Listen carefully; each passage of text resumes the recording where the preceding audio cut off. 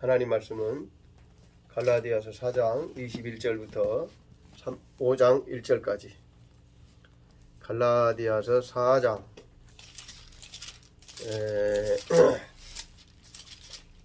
21절부터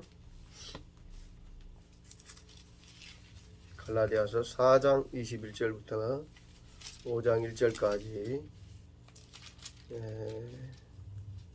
구약과 신약에 관한 얘기입니다.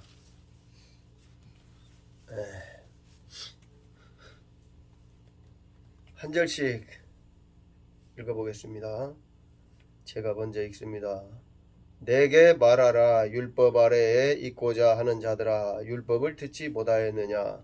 기록된 바 아브라함에게 두 아들이 있으니 하나는 여종에게서 하나는 자유 있는 여자에게서 낳았다 하였으며 여종에게서는 육체를 따라 낳고 자유 있는 여자에게서는 약속으로 말미암았느니라. 이것은 비유니 이 여자들은 두 언약이라.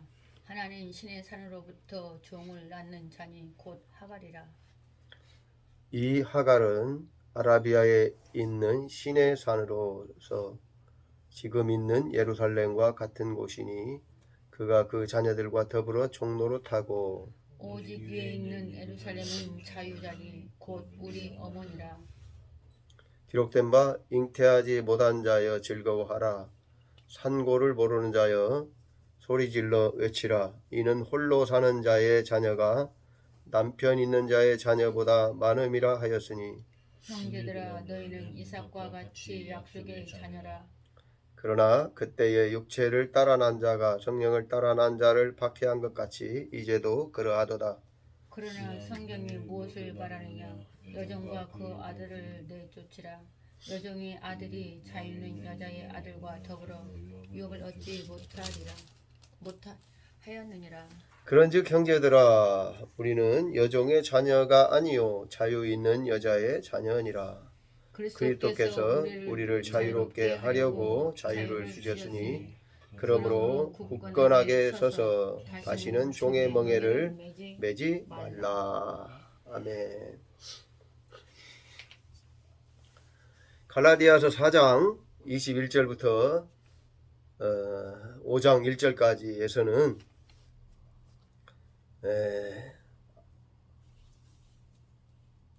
제목이 뭐냐면 율법 아래에 있고자 하는 자들아, 율법을 듣지 못하였느냐? 율법에 대해서 얘기를 하죠. 이제 사실 갈라디아서는 율법을 지켜야 되느냐 안 지켜야 되느냐, 바울은 이제 이런 얘기를 하고 있어요. 그러면서 바울 사도가 주장하는 게 뭐냐면 가르침이 뭐냐면 예수 그리스도를 믿음으로 사람이 의롭게 된다. 그래서 우리가 예수를 믿는 믿음으로 사는 것이다. 할례를 받고 율법을 지키는 것으로 의로워지는 게 아니고 예수 그리스도를 우리가 믿음으로 하나님 앞에 우리가 의롭다고 인정함을 받고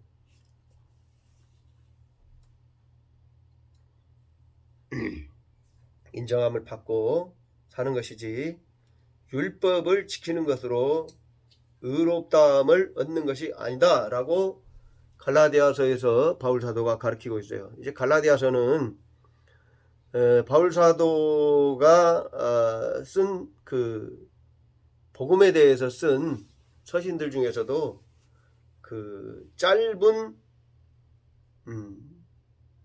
서신이죠. 6장까지밖에 없는 짧은 서신임에도 불구하고 복음에 대해서 아주 간략하게 잘 설명되어 있는 그런 내용입니다. 로마서하고 그 내용이 거의 유사한 것인데 갈라디아서는 이제 짧게 설명하고 있어요. 물론 이제 로마서는 더 많은 내용을 포함하고 있고 조직적으로 기록되어 있어서 로마서가 유용한 면이 있고 갈라디아서가 유용한 면이 있죠. 그런데 오늘 읽은 본문의 말씀에는 그 21절에는 율법 아래에 있고자 하는 자들아 이렇게 말하면서 율법의 얽매임, 율법에 대한 얘기를 하는 거예요. 그런데 율법에 대한 얘기를 하면서 22절에는 아브라함에게 두 아들이 있으니 하나는 여종에게서 하나는 자유 있는 여자에게서 낳다 하였으며 이렇게 얘기죠. 아브라함의 아내가 하갈이 있고 사라가 있는데 여기서 이제 22절에서 말하는 건 아브라함에게 두 아들이 있다는 거예요. 아들. 이 아들이 뭘 의미하는지를 잘 생각해 봐야 되는데 아들이 있는데 그 아들이 하나는 여종에게서 하나는 자유 있는 여자에게서 낳다 하였으며 그랬죠. 아들이 있고 아들이 중요한 거예요. 아들이 중요한 건데 아들이 중요하면서도 그 두 아들 중에 하나는 여종에게서 그렇죠? 우리가 이제 잘 아는 대로 여기서 아들은 여종에게서 난 아들은 이스마엘이고 그 여종은 하갈입니다. 그렇죠? 또 하나는 자유 있는 여자에게서 낳다 하였으며 그렇죠? 여기서 하나는 이삭이고요. 자유 있는 여자는 사라입니다. 그런데 23절에 보면 여종에게서는 육체를 따라 낳고 이렇게 말하죠. 자유 있는 여자에게서는 약속으로 말미암았느니라. 이 약속이 뭐냐? 하나님의 약속이죠. 그래서 이 약속이 중요한 약속은 뭐겠습니까? 무슨 약속이겠습니까?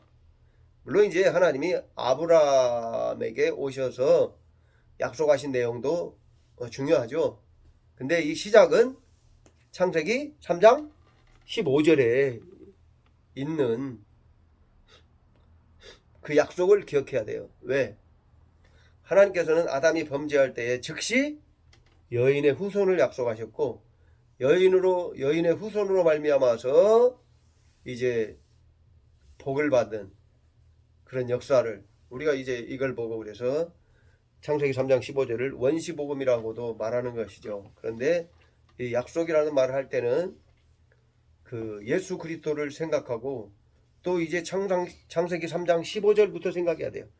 근데 이제 이 오늘 본문 24절에 보면 이것은 비유니 이 여자들은 두 언약이라 그랬죠. 이제 이것은 우리에게 비유라는 거예요. 비유인데 하나는 신의 산으로부터 종을 낳은 자니 곧 하갈이라.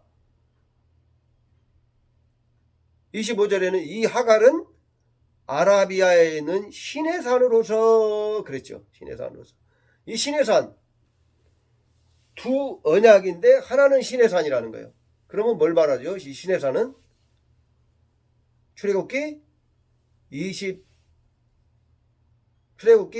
19장부터 24장에 기록되어 있는 신의 산에서 하나님과 이스라엘 백성이 맺은 언약에 대해서 말씀하시고 계시는 거예요. 지금. 그렇죠? 그래서 25절에 보면 그랬죠? 신의 산인데 지금 있는 예루살렘과 같은 곳이니 그가 자녀들과 더불어 종노릇하고 그렇죠? 신의 산 언약으로 말미암아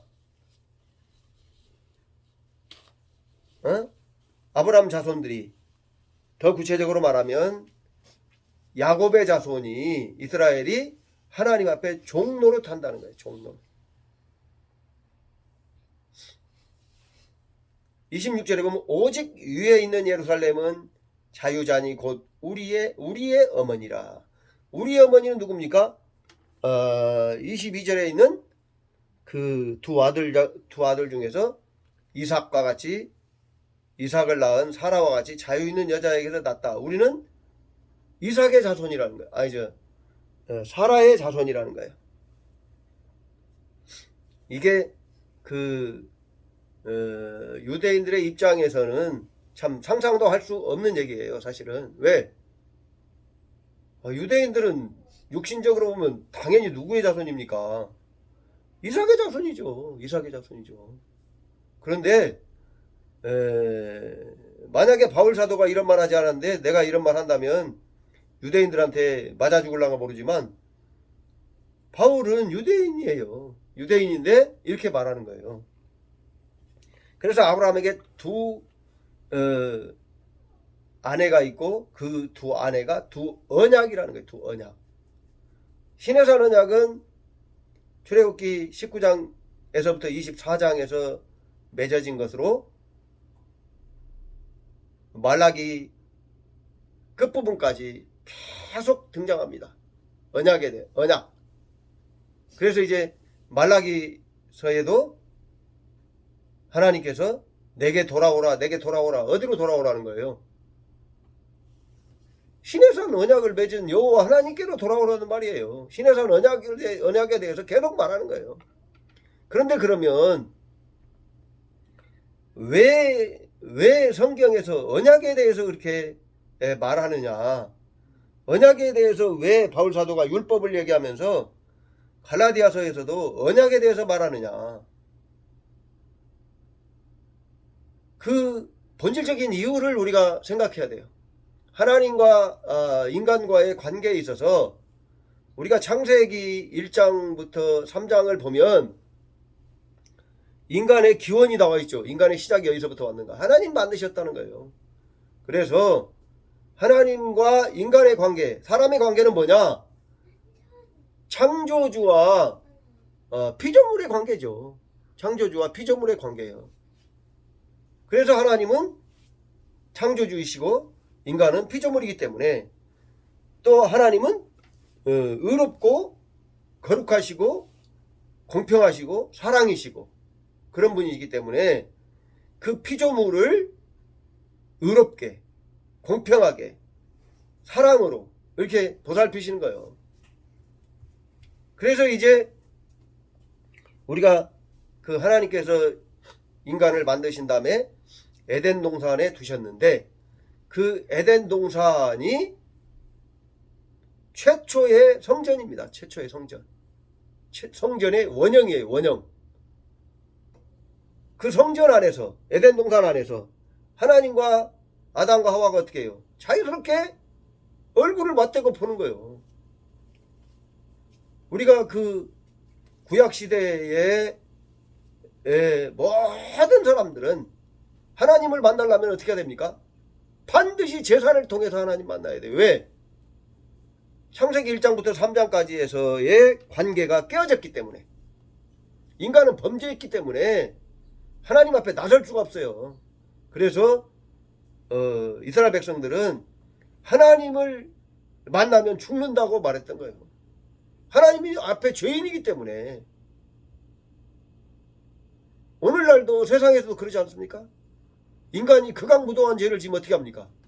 사형을 시키는 것이죠. 사형을 시키는 것이죠. 인간이 하나님 앞에 사형에 해당하는 죄를 지은 거예요. 그게 숨어 살아야 돼요. 숨어 살아야 돼요. 하나님 앞에 숨는 것이 가능하겠습니까마는 하나님이 은혜를 베푸시는 거지만 어쨌든 간에 하나님을 만나게 되면 죽는 거예요. 당연히 죽는 거. 하나님은 죽일 수밖에 없는 거예요. 대면하게 되면.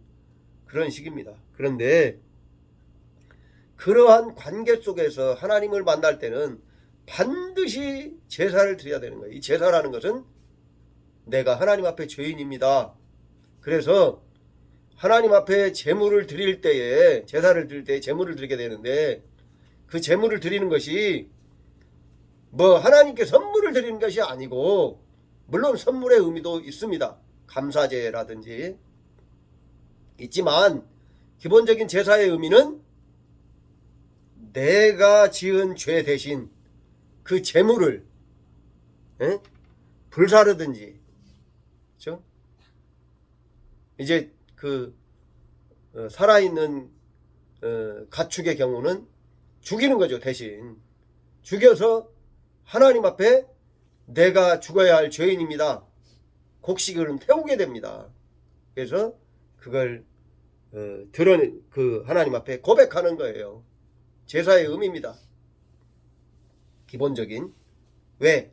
감사제라는 것은 기본적인 관계가 형성된 이후에 하나님 앞에 감사합니다라는 그 표현이 필요한 것이죠. 그래서 이제 하나님 앞에 범죄한 인간은 하나님과의 관계가 끊어져 버렸기 때문에 언약을 말하게 되는 거예요. 공식적으로 하나님 만나기 위해서는 언약을 맺어야 되는 거예요. 그래서 이제 인간이 범죄한 다음에 에덴 동산에서 쫓겨난 이후에 그 하나님이 이제 우리가 어떻습니까? 그 아담의 자녀들 중에 가인과 아벨의 사건에서도 제사를 드리는 사건이 나와요. 그러니까 그 아담과 하와는 늘 하나님을 대면하고 말씀을 듣고 했지만 가인과 아벨의 경우에는 농사를 져서 하나님 앞에 제사를 드리게 되고, 이제 아벨은 하나님 앞에 믿음으로 제사를 드렸고 가인은 그렇지 못했을 때에 하나님은 아벨의 제사는 기쁘게 받으시고 가인의 제사는 받지 않으신 거예요. 왜? 제사라는 게 그냥 제물을 갖다 드리는 게 아니고 자기의 죄를 제물에게 전가하고 하나님 앞에 죄인인 것을 인정하고 하나님 앞에 제사를 드려야 되는 거예요. 그런데 그런 믿음이 없었다는 거예요. 이제 오늘 본문 말씀과 관련해서는 이제 바울 사도가 왜 이 율법 아래 있는 자들아 율법을 듣지 못하였느냐라고 말하면서 신의 산 언약과 예수 그리스도를 통하여 이 땅에 오셔서 예수께서 완성하신 새 언약에 대해서 말하는가.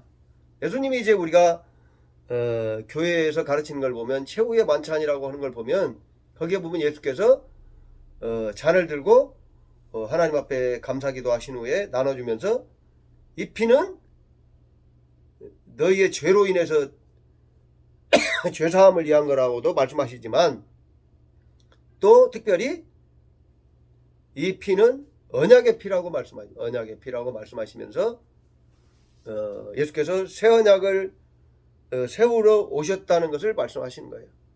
그래서 이제 우리가 예수 그리스도께서 우리의 죄를 용서하시고 우리와 성령을 통해서 함께 하셔서 이제 우리와 하나 되고 교제하시고 그 모든 것들이 새 언약이라고 하는 큰 포괄적인 개념에 들어가는 거예요. 이제 예수께서 주신 복음이라든가 그 다음에 성령이 우리 안에 오셔서 우리가 성전이 되는 거라든가 이거는 새 언약 안에 포함되는 개념입니다. 그러니까 새 언약이 복음과 성전이라는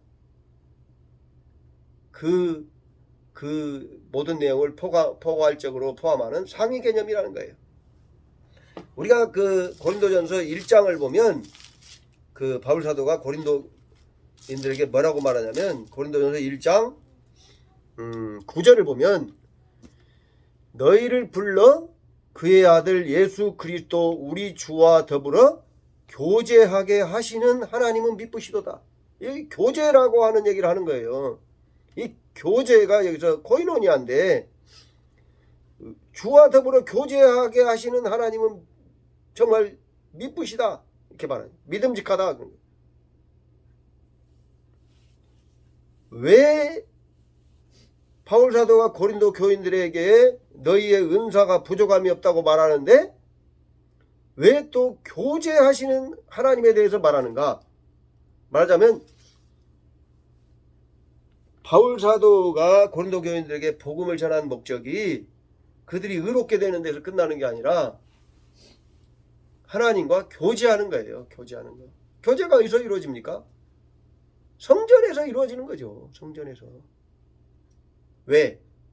에덴 동산에서는 어디서나 하나님 만날 수 있지만 이제 특별히 하나님 앞에 사람이 범죄한 다음에는 구약 시대에는 어떻습니까? 시내산에서 언약을 맺은 이후부터는 성막에는 반드시 문이 있어요. 인간이 들어갈 수 있는.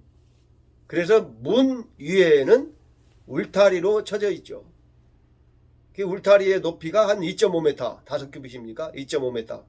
절대로 사람이 넘어 들어갈 수 없어요. 그러니까 반드시 성막을 들어갈 때는 문으로만 들어가요. 문으로 들어가면 반드시 뭐가 있습니까? 바로 앞에 뭐가 있습니까? 번제단. 제사를 드려야 되는 거예요. 번제단. 그 다음에 물두멍 씻어야 되는 거예요. 그리고 이제 물론 제사장이나 대제사장만 들어가지만 이스라엘 백성들 대표로 들어갑니다. 근데 그 성소에 들어갈 때에도 반드시 하나님 앞에 떡이 있고요. 그 다음에 촛대를 밝히고요. 하나님 앞에 또 향을 드려야 돼요. 또 그러니까 제물을 드려야 되는 거죠. 그리고 이제 거기서 하나님과 대면하는 데 있어서도 막이 가려져 있죠. 왜?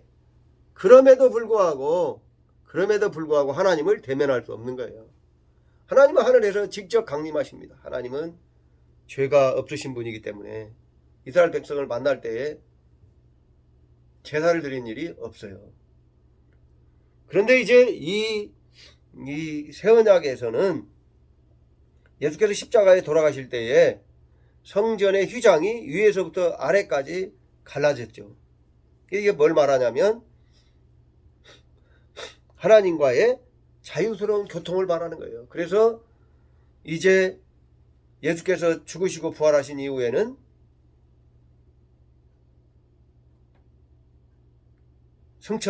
예수님께서 승천하시고 성령을 보내셔서 예수 믿는 사람 각 사람 안에 성령이 임하시고, 그래서 우리가 각 개인이 성전이 되는 거예요. 그래서 우리가 예수께서 요한복음 4장에서 그 여인과 대화하실 때 이제는 여기서도 말고 저기서도 말고 신령과 진정으로 예배할 때가 온다고 얘기했어요. 그것이 약속이 성령님을 통해서, 성령님의 임재를 통해서 예수께서 이 땅에 오셔서 우리에게 복음을 가르치시고 십자가에 죽으시고 부활하시고 승천하신 다음에 성령을 보내셔서 예수께서 그 요한복음 4장에서 약속하신 그 모든 것이, 예수께서 복음서에서 약속하신 그 모든 새 언약의 언약법이라고 볼 수 있는 새 언약에 예수께서 약속하신 모든 것이 이루어지는 거예요. 한 가지만 빼고, 예수님의 재림의 약속을 빼고는 다 이루어지는 겁니다. 그래서 성령이 우리에게 오신 것을 종말론적 사건이라고 얘기하는 거예요. 왜? 구약에 보면 종말에는, 말세에는 성령이 모든 사람에게 임해서 하나님의 말씀대로 살게 하시겠다고 말씀했는데, 그 성령이 세상의 완전한 끝에 오는 게 아니라 예수 그리스도로 말미암아 세상의 주권자인 마귀를 멸하시고 우리에게 성령을 부어주심으로 인해서 시작된 것이라는 거예요. 완성된 것은 아니지만 시작된 겁니다. 그래서 우리가 이 부분적인 종말의 시련을 놓고 실현된 종말론, 그래서 이미와 아직 사이에 살고 있다고 말하는 거예요. 말하자면 천국이 이미 이루어졌으나 아직 완성되지 않았다, 이런 말이죠. 그래서 이제 이 바울 사도가 오늘 그 본문 말씀에 율법 아래에 있는 자들에게 말하면서 구약시대, 율법을 받은 구약시대에는 이스라엘 백성들이 종과 같다. 이스라엘 백성들의 삶이 종과 같은 삶이에요. 하나님 앞에 종의 삶이에요. 종의 삶. 모든 것이 제한적이고, 그렇죠? 그 세상적으로 말하면 종들이 안방에 뛰어들어갈 수 없는 것처럼. 그러나 아들은 어떻습니까? 엄마 아빠가 주무실 때도 안방에 들어갈 수 있는 거죠. 하시라도, 그죠? 종이 아프다고 주인이 그들을 돌보느라고 밤을 새우고 하는 것이 아니지만, 아들의 경우는 다르다는 거예요. 그게 비유가 적절하지는 않습니다만, 어찌됐든지 간에 이 오늘 본문의 자유에 대해서 말하는 거예요. 오직 위에 있는 예루살렘은 자유자니 곧 우리의 어머니라. 사라가 자유자라는 거예요. 자유자. 맞으면 아브라함의 정식 결혼한 여자죠. 약속을 받은. 그래서 이제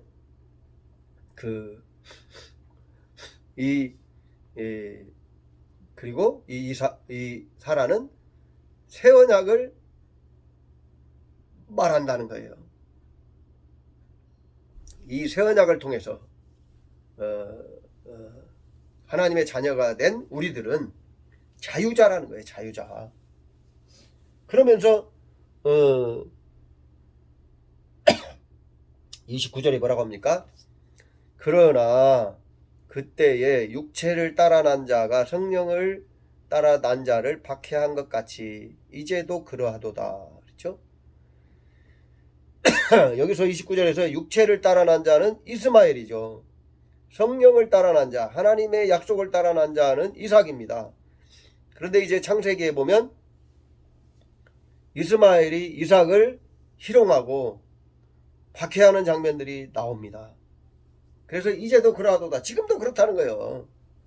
그래서 지금 그 바울사도 당시에도 육체를 따라 난 자들이, 구약에 속한 자들이, 법에 속한 자들이 자유 있는 자들을 희롱한다는 거예요. 박해한다는 거예요.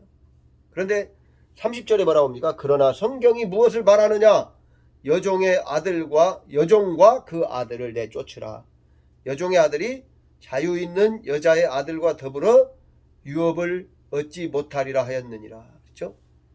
여종과 그 아들을 내쫓으라. 여기서 여종은 뭐라고 그랬어요?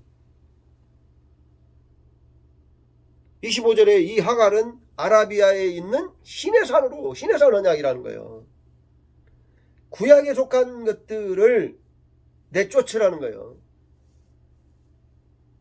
근데 이 구약에 속한 것들은 23절에 보면 여종에게서는 육체를 따라 났고, 육체에 속한 것. 여기서 육체에 속한 것은 뭡니까? 육신적인 거. 말하자면 이기적인 욕망에 따라 사는 자기를 말하는 거예요. 응? 내쫓으라는 거예요. 내쫓으라는 거예요. 그게 뭔 말입니까? 결국은 이제 이 의미가 우리 안에 내주하신 성령님, 예수님으로 말미암아 살고, 그 예수님으로 말미암아 사는 그것이 점점 더 증가해서 어떻습니까? 육신을 중심으로 사는 그 모든 것들을 내쫓으라는 얘기입니다. 벗어버리라는 얘기예요.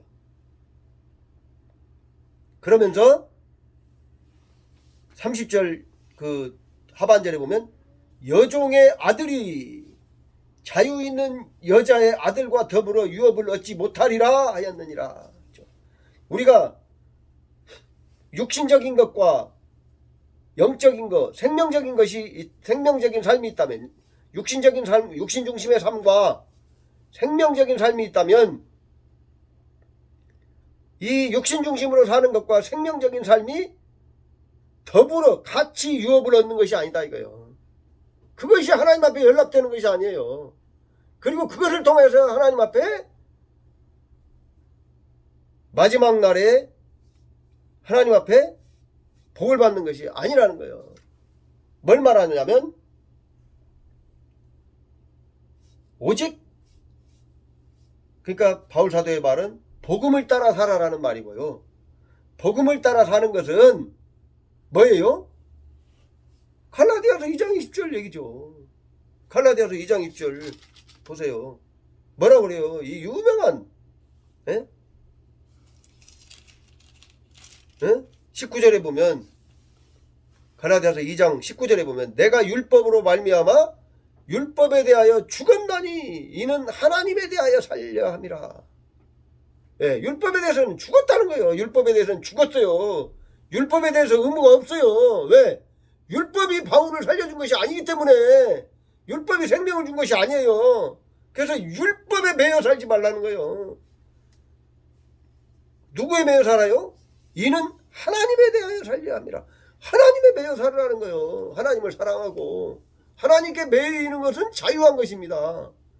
하나님은 우리를 자유하게 하시고 우리를 위해서 예수님을 주셔서 십자가의 죽으심으로 우리의 죄값을 치르고 성령을 보내셔서 이 땅의 마귀에게, 이 땅의 이 세상의 임금인 마귀에게 자유하게 해주셨잖아요. 그래서 자유를 말하는 거예요, 바울사도가.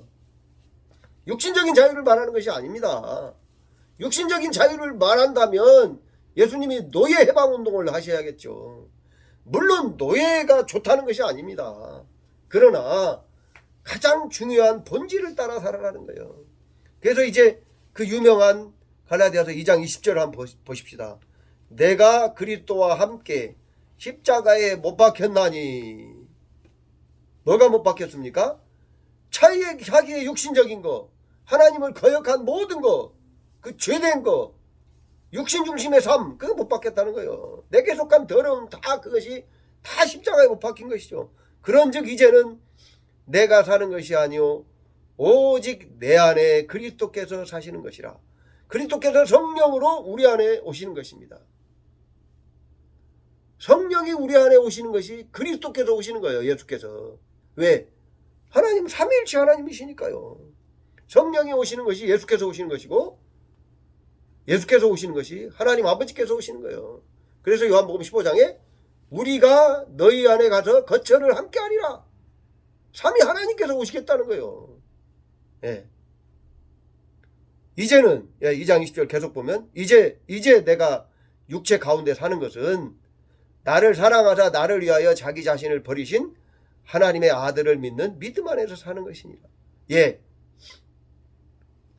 육체가 필요 없다는 말은 아닙니다. 우리가 예수 그리스도를 우리 안에 내주하신 성령을 따라 예수 그리스도를 따라 살 때에 육체가 필요 없다는 말이 아니에요. 그렇기 때문에 영지주의자들의 견해와는 전혀 다른 것입니다. 영지주의자들은 육체는 악하고, 그렇죠? 영적인 지식, 신령한 지식은 선한 것이다. 그래서 이 육체에 속한 것은 아주 악한 걸로 얘기하죠. 근데 이것은 어떻게 보면요, 플라톤 철학에서 시작한 거예요. 플라톤이 뭐라고 얘기합니까? 육신은 악하고 영혼은 선하고, 이 영혼이 레테 강이라고 합니까? 그 강을 지나다가 그 강에 빠졌다는 거예요. 근데 이 레테 강에 빠진 것을 갖다 육체를 비유하는 거죠. 이게 영혼이 육체에 갇혔다는 거예요. 어떤 육체? 제한적이고 더럽고 욕망만을 추구하는 그런 육체에 갇힌 거라는 거예요.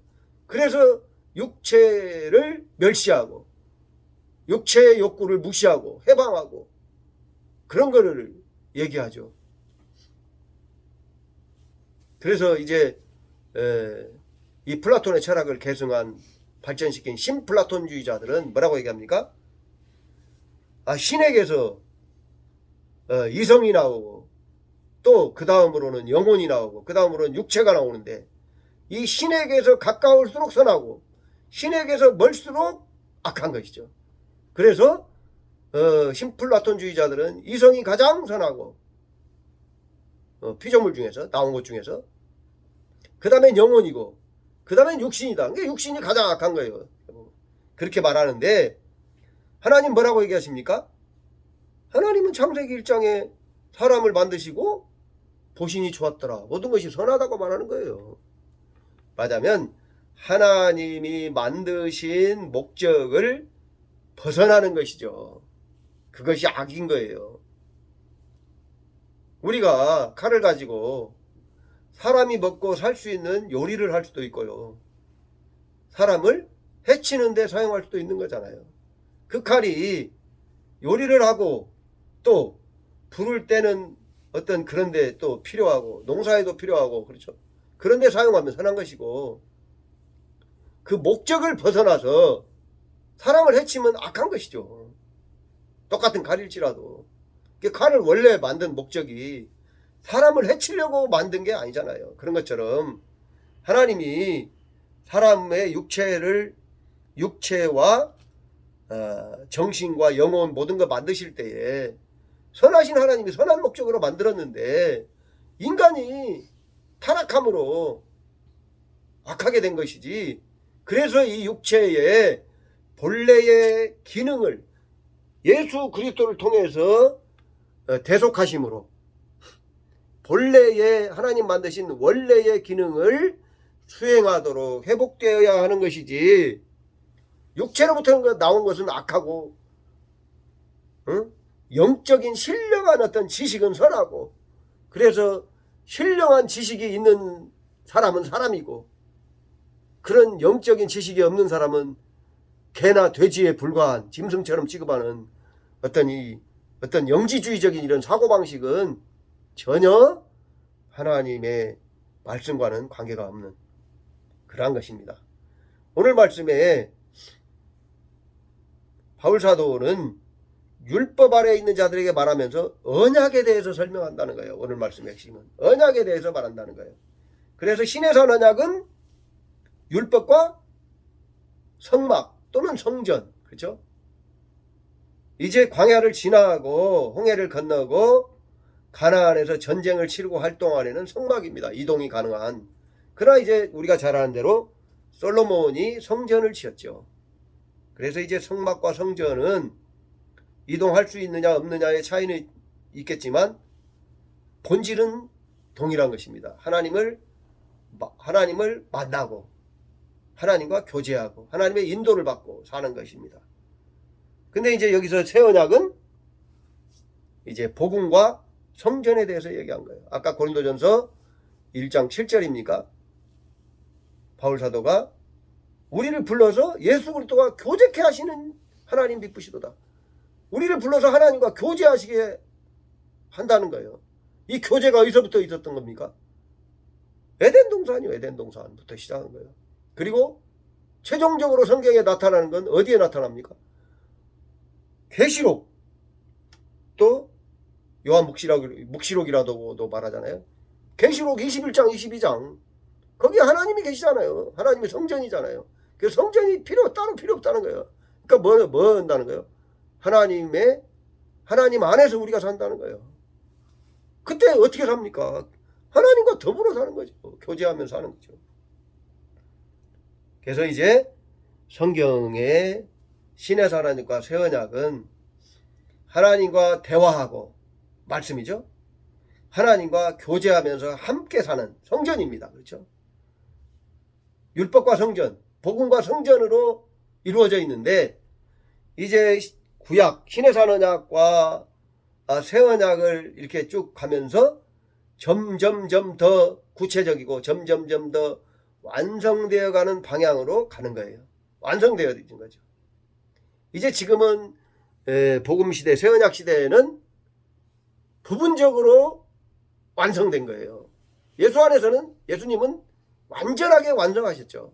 그러나 우리가 이 땅에 사는 동안에 성령님이 우리 안에 내주하셔서 사는 동안에는 우리가 부분적으로 이제 경험하고 사는 것입니다. 그게 이제 하나님 나라가 이미 이루어졌지만 아직 완성되지 않은 거죠. 그래서 우리가 율법 시대, 복음 시대 이렇게 말하는 건 맞지 않아요. 이건 부분적인 겁니다. 신의 언약 시대, 새 언약 시대, 언약에 대해서 이해해야 되는 거예요. 이 갈라디아서 4장 21절부터 5장 1절까지 오늘 말씀에 신의 언약과 새 언약에 대해서 말씀하시는 것이, 이것이 말하자면 구약과 신약의 전체를 이해하는 하나의 틀이 됩니다.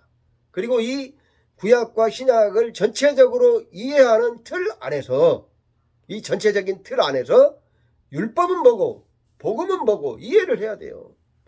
부분적인 걸 전체적인 틀 안에서 부분적인 걸 이해를 해야죠.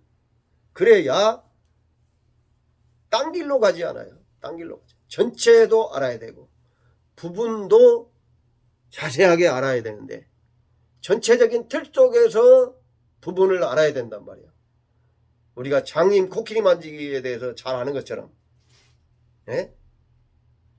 코끼리라고는 전체적인 걸 보고 그 다음에 다리를 만져보고 몸통을 만져봐야 그게 코끼리 다리인지 코끼리의 몸인지를 알 수 있는 거예요. 그러지 않으면 코끼리 다리가 기둥인지 코끼리 다리인지 모르겠죠. 또 코끼리의 그 몸통, 몸체가 벽인지 코끼리 몸인지 모른단 말이에요. 장님은 전체를 못 보기 때문에 만지는 것만 한단 말이에요. 그런 것처럼 우리가 하나님 말씀 앞에서도 맹인이 되면 안 되는 거예요. 맹인, 소경. 예수님 뭐라고 그랬어요? 소경이 소경을 인도하면 둘 다 구덩이에 빠진다 그랬죠. 구덩이에 빠지면 어떤 일이 일어나겠습니까? 조그만 구덩이 같은 몰라도 넓은 구덩이 같으면요, 구덩이인지를 모르고 그냥 사는 거예요. 그 구덩이에서 그냥 구덩이만 그냥 뱅뱅뱅뱅 돌다가 그냥 좀 넓은 구덩이 같으면 뭐 그 안에서 뭐 사는 거죠. 뭐 죽을 때까지 사는 거죠. 인생이 그래요. 자기가 구덩이에 갇혀 있는지를 몰라요. 근데 이제 지난주에 요한복음 7장 17절과 요한복음 16장 13절에서 말씀드린 것은 우리가 구덩이에 빠졌는지 눈뜬 자인지를 제대로 알려면 하나님의 뜻을 알아야 되는데, 하나님의 뜻을 알기 위해서는 하나님의 가르침을 통해서만 알 수 있어요. 그래서 우리 안에 정말 그 하나님의 뜻대로 살고자 하는 마음을 회복해 달라고 기도해야 되고요. 또 성령의 인도함을 받아야 되는데, 그 오늘 본문 말씀과 관련해서 보면 그것이 요한복음 7장 17절은 새 언약의 복음의 말씀이에요. 복음의 말씀과 관련된 거예요. 우리가 복음의 말씀을 제대로 알기 위해서는 하나님 뜻대로 살고자 하는 마음이 있어야 하나님께서 우리에게 그 복음을 깨닫게 하신다는 거예요. 그 방법에 대해서는 우리가 알 것이 없어요. 하나님은 그 사람에게 맞게 역사하신다면, 우리 안에 임하신 성령께서 우리 각 사람에게 맞게 역사하십니다. 지식이 많은 사람은 지식이 많은 대로, 지식이 적은 사람은 지식이 적은 대로, 그렇죠? 하나님 역사하시는 거예요. 또 직업에 따라서도 농사꾼은 뭐 농사꾼에 맞게 뭐 여러 가지로 하나님 역사하시는 거죠. 그리고 이제 요한복음 16장 13절은 성전과 관련된 얘기예요. 그 성령께서 우리 안에서 그 말씀대로 살도록 실제로 또 역사하신다는 거예요. 구체적으로 우리가 하나님의 뜻대로 살고자 하는 마음을 통해서 하나님의 뜻대로 사는 삶을 계속해 나갈 때에 성령의 인도하심을 받는 역사가 깊어지는 거예요. 우리가 초기 단계에서는, 신앙의 초기 단계에서는 우리가 우리 자신이 중심이 돼서 우리 안에 임재하신 성령님을 따라가기 위해서 몸부림을 쳐야 되는 거죠. 이것을 보고 이제 어떤 분은 그렇게 말합니다. 우리 영혼이, 아니 우리 혼이, 우리 육체가 중심이 돼서 우리 영혼 안에 임재하신 그 성령님을 따라가는 노력을 해야 된다는 거예요. 이거는 실제는 아니지만 흉내를 내는 삶이에요. 흉내를 내는 삶. 우리 안에 계신 성령님이 주장하시는 세계까지 가기까지는 우리의 영혼의 성장이